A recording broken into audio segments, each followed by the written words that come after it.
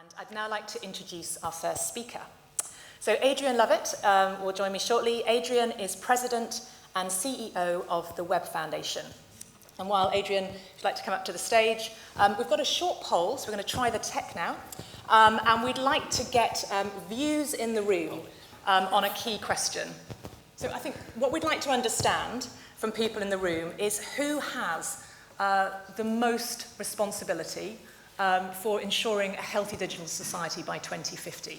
We'd like you to tell us whether you think that that is citizens, companies, or governments. What do people in the room think?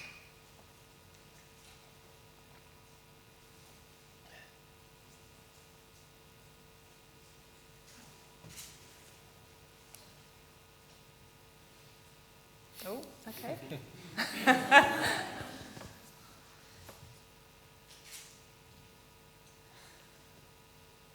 Are we done? Okay, so definitely a sense that all three have a role to play, of course. But we're putting the responsibility, or the primary responsibility, firmly with governments.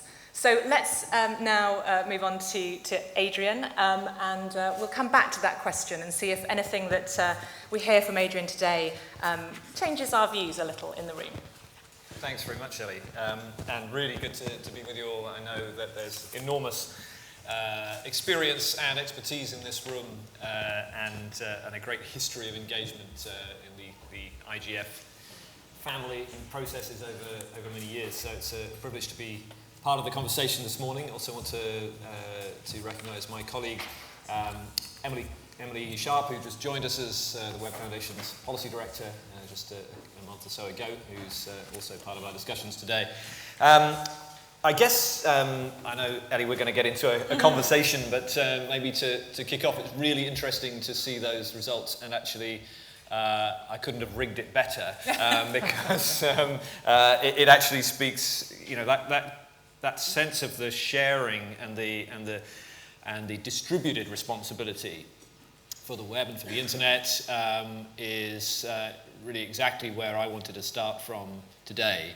I joined the Web Foundation as CEO 2 years ago, and I found myself entering a period where with Tim Berners-Lee, our founder and of course the inventor of the World Wide Web, we were looking at two milestone moments that were due fairly shortly after I joined. One was the 30th birthday of the web, so we too have been looking back 30 years as well as looking forward.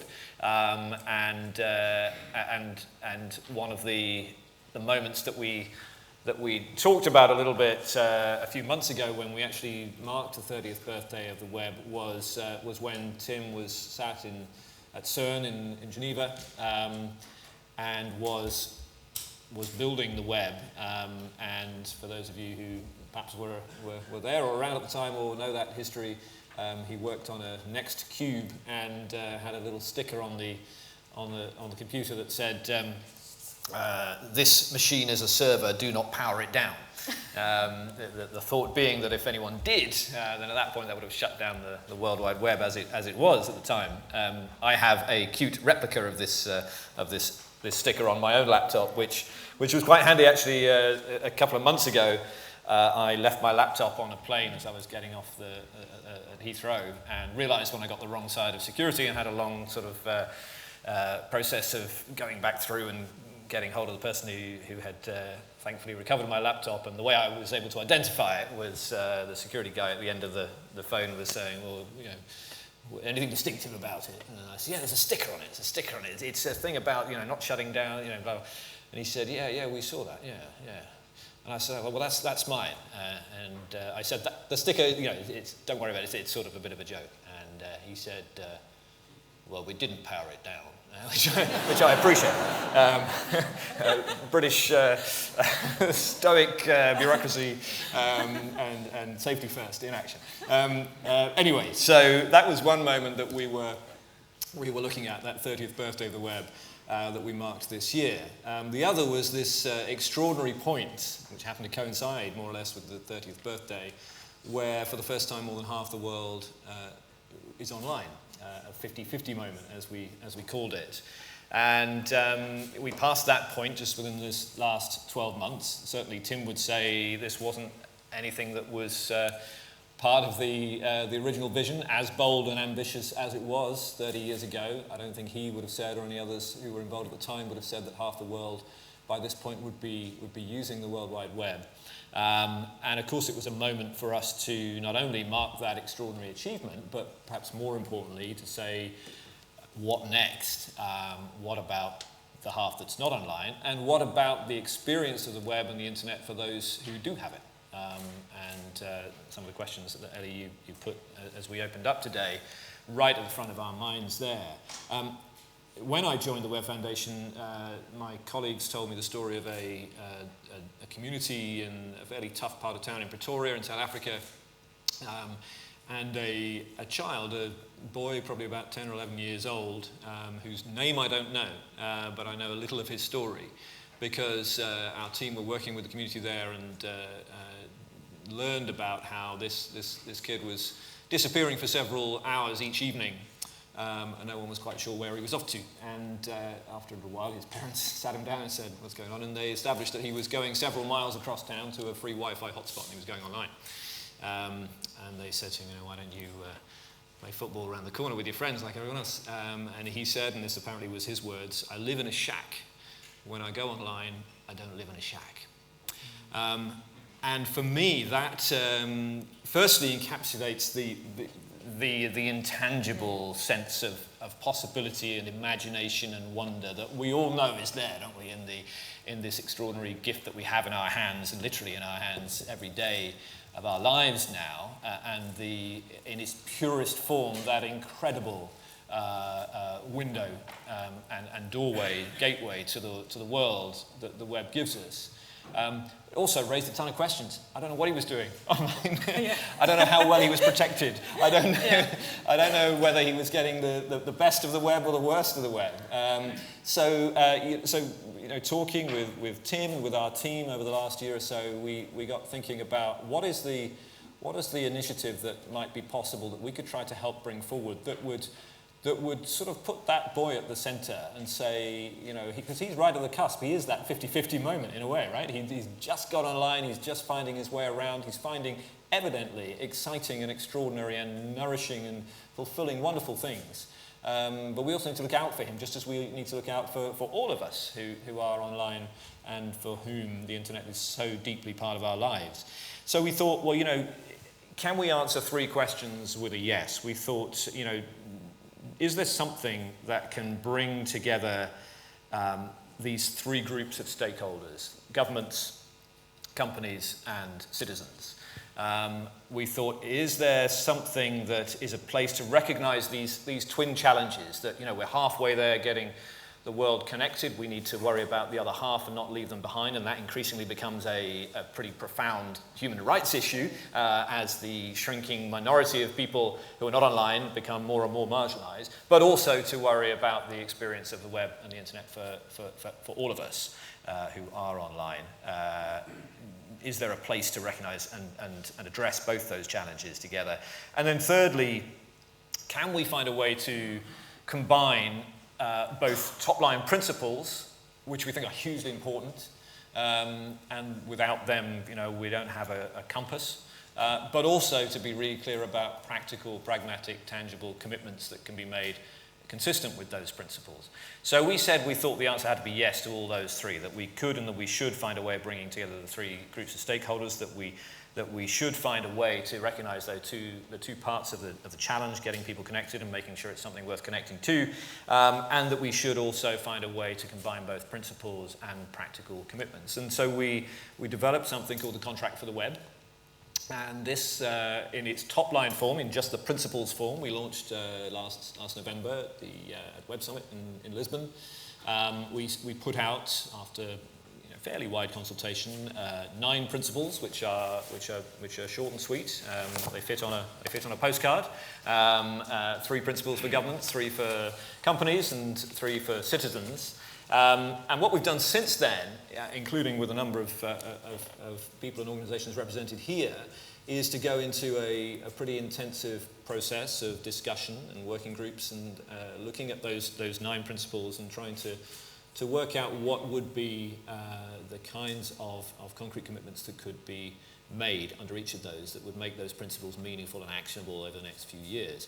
And we're at what we think is quite an exciting point where next month, actually at the global IGF in Berlin, we'll aim to launch the full contract for the web, the principles with those commitments that we've worked through with, I think, something like 60 or 70 different conversations and working groups and so on with hundreds of partners from across those 3 sectors, civil society organizations, companies and governments.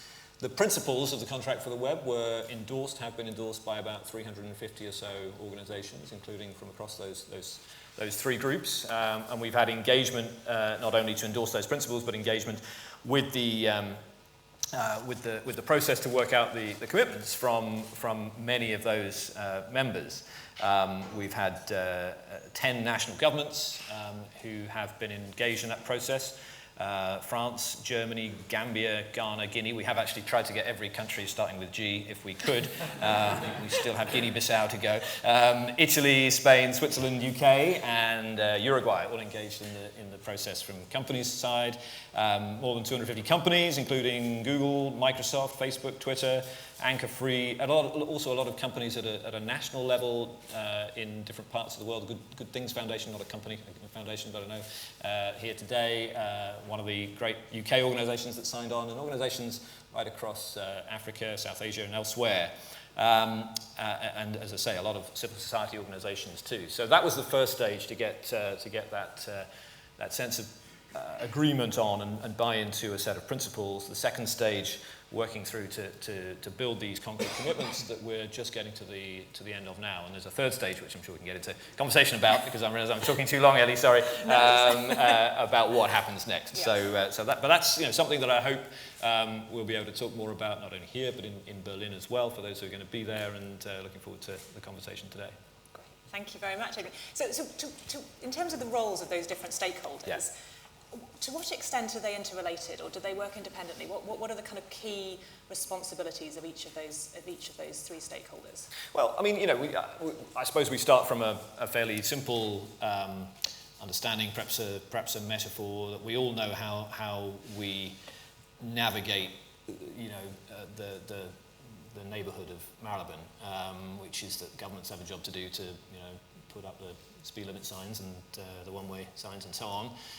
And companies, create products, vehicles that can get us from A to B safely and productively, and that we all have a job as citizens, in a limited and narrow way to kind of, operate the vehicles correctly and obey the speed limits, but much more importantly, in a broad sense, to establish the norms of behaviour that we all recognise and that get us through the day, that ensure we don't crash into each other all the time, that there's a sense of recognition of each other, of common courtesy and respect, and a sense of that being something that isn't just fundamentally, the right thing to do, but also, as I say, gets everyone from the start of the day to the end of the day. And I think it's not surprising that when it comes to our digital lives, rather than having had decades or centuries to figure out those norms, we've had a decade, maybe barely more than that,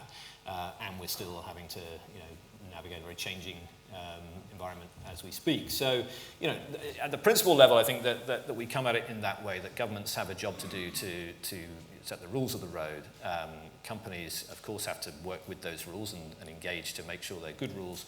But also to, aside from that, to use their incredible power and potential to do good. And one of the principles that we have for companies in the contract for the web, which, to be honest, when we first talked about it, and even now for some, gets a little bit of an eye roll, is, principle number 6 says, develop technologies that support the best in humanity and challenge the worst. And you can imagine when we're talking with some of our friends, and some of our non-friends, they go, come on, what does that actually mean? And that's a very fair challenge, and that's why we don't stop just at principles.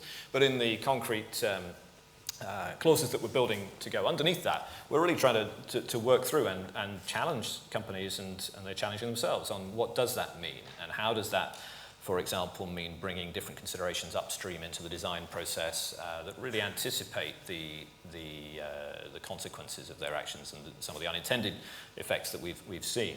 So, you know, those are the governments and companies, but you know, it was really good to see the vote giving a very significant role to citizens, because I think we absolutely feel that if we don't have empowered and informed citizens who are creators as well as consumers on the web, which was always the intention, you know, that, as Tim would say, it's a read-write web, and we should be generating, even in small ways, we should all be generators of the wealth of knowledge and kind of human experience that is on the web, that we're also all actively building strong communities that respect civil discourse and human dignity, and that frankly that we're fighting for the web, that this isn't something that we should take for granted and assume is just going to be there and is going to be good. As we've seen, it's not always there, and it's certainly not always good. Yeah. So we need you know, all of us to see ourselves as activists and as advocates for the web we want. Now, I will come in a minute to questions, but just, you talk obviously about the need for meaningful connectivity, and, you know, I was saying, you know, we have this huge issue in the UK with hundreds of thousands of young people who probably access the internet in McDonald's on their smartphone, but don't have meaningful connectivity at home. What does that mean on a global scale, what, in terms of those other 50%, and how challenging is that? Yeah, I mean, it's an increasing focus for us, because we, in one half of the Web Foundation's work, we think a lot about, as I said, about getting the next 50% connected. And we have, for example, the Alliance for Affordable Internet, A4AI, a coalition that we lead and convened from the Web Foundation, which works in a number of developing countries to drive down the price of broadband, to get more people connected, including those who are least able to connect economically. And so that job of getting people online and making sure it's affordable continues to be a huge challenge. But we've realized that, as many of you very well know, that actually that's not enough. That if we're simply counting, you know, me with a couple of devices and a computer at home and easy access to Wi-Fi most of the time in the same category as either the kid who's having to do their homework in McDonald's, or can't, you know, or can only get online, you know, when they're in a hotspot like that and on a phone, let alone our friend back in Pretoria. That's not a particularly helpful, you know, categorization. So we want to dig into that and think about a number of aspects that we think might add up to being what could be seen as a meaningful connectivity standard, including access to an appropriate device, and of course, you know, there's a huge amount that we can all and do on mobile, and that's true in developing countries as well as it is here, but that alone we think is not enough.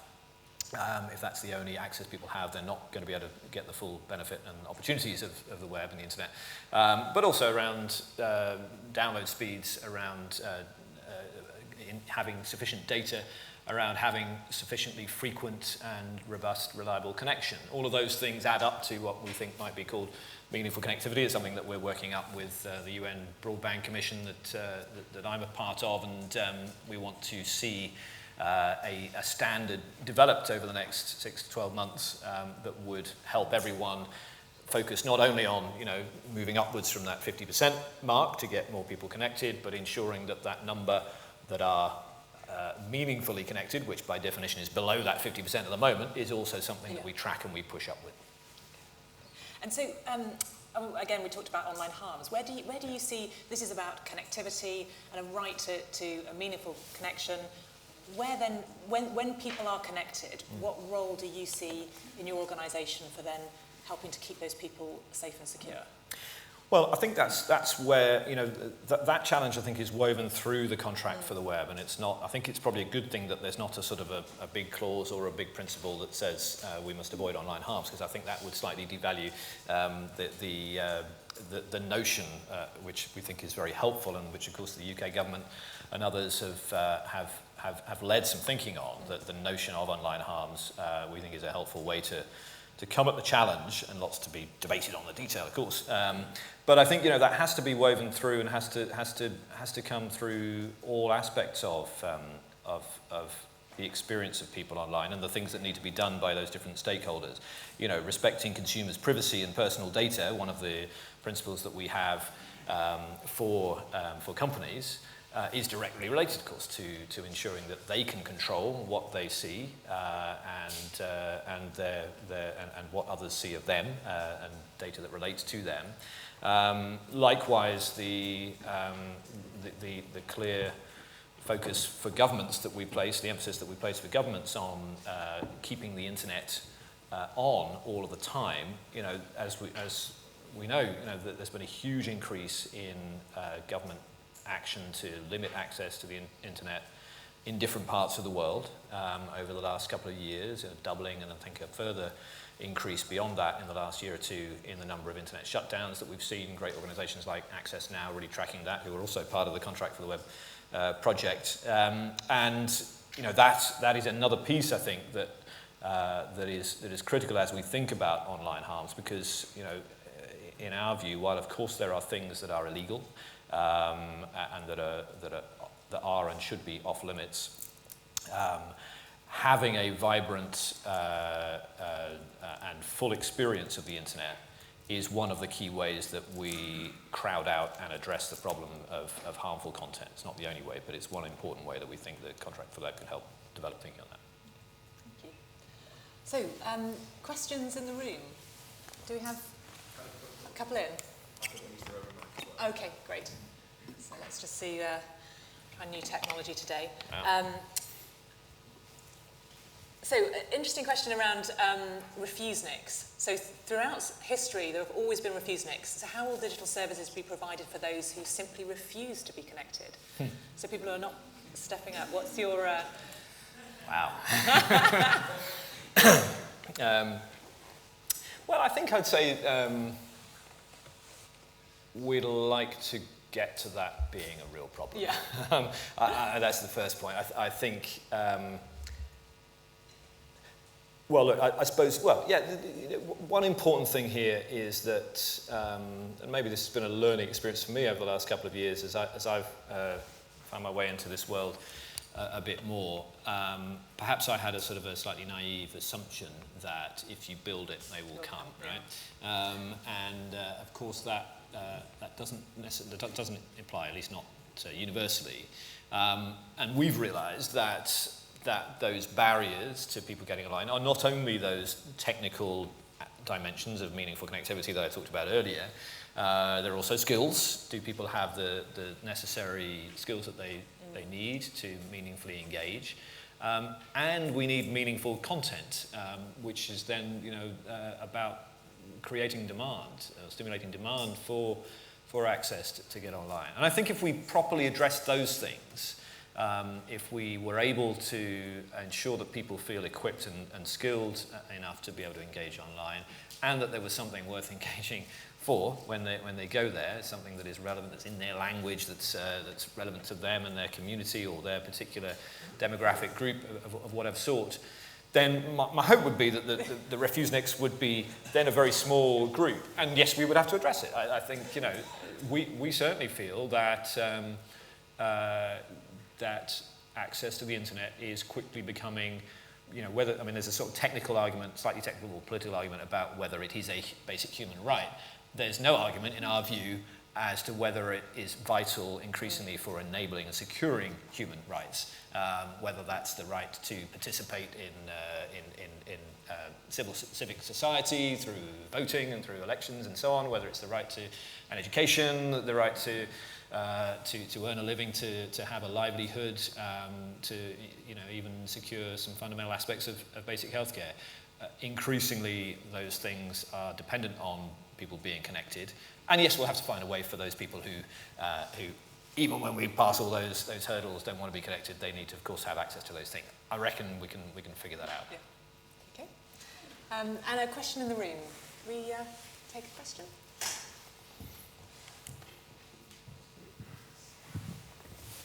Thank you for your input. Yeah, you raise a very important point on skill gaps, right? Yeah. And lowering down the bandwidth in the developing countries. So as a feedback or as a question I would like to raise, especially in case of Nepal, I would like to share a scenario. Due to the affordability problem, although the internet bandwidth cost has been lowered there, the people has a problem like to get connected on the free Wi-Fi, and that is bringing a cyber threat where especially the attackers are creating a network in the public domain and all of them get connected. So there is a problem of safer internet to be browsing on. And further skill gaps, I think the trainings are most essential. So what is your plan in upcoming days to tie up with the communities for developing countries in order to tie up in the skill gaps first, and what is the policy to lower down the bandwidth in the developing countries? Thank you. Okay. I think on skills gaps, there's, we, as the Web Foundation, which is 30 people thinly spread across 12 countries, we don't ourselves teach digital literacy. We're in the business of ensuring that happens, and we do a certain amount of direct work with policymakers, because I think we find one of the problems in many parts of the world is that policymakers themselves, parliamentarians and officials and so on, are not digitally very literate, and that has a significant knock-on effect for the priority that these things are given in policy making. So we do a certain amount of that, but we rely on others, governments, companies. There are companies like Google do a lot of work on this, and many others, Microsoft as well, who are engaged in various ways in digital skills training. I think in terms of the other part of the question around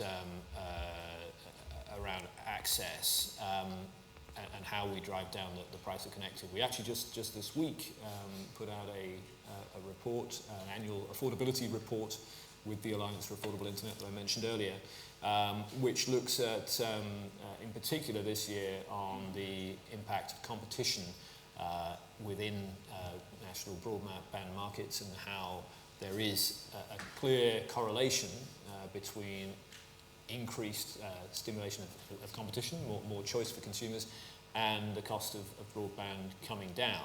So we track that, and we think that is one of the key things that where governments are making progress in developing countries, and there are some that are doing really well on this. One of the key things that they're doing is a degree of sensible liberalisation of markets. But there are other crucial things that, if you like, only governments can do, or at least governments have to lead, such as public access spaces. I think you pointed to, public Wi-Fi hotspots, some really innovative stuff happening in some cities, and including here in the UK. Coming back to your point, Ellie, these are issues that as we kind of unpack these different aspects of sort of marginalisation because of lack of meaningful connectivity or lack of skills and so on, these aren't issues that sort of just divide neatly on a kind of global north-south basis or developing country basis. I think it's true to say that alongside the experience you were pointing to in the UK, Ellie, I know in the US, I think the figure now is that that something like 3 out of 10 children do not have access to a device on which they can do homework in their own home, and that's much higher, of course, in certain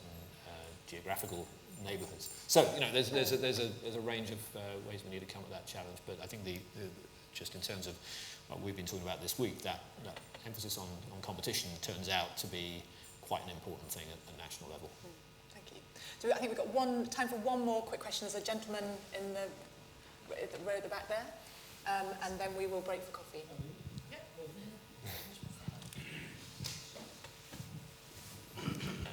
Thank you. John Carr from the Children's Charities Coalition. Multi-stakeholderism is a brilliant idea, no question about that, and for all the reasons that were given earlier.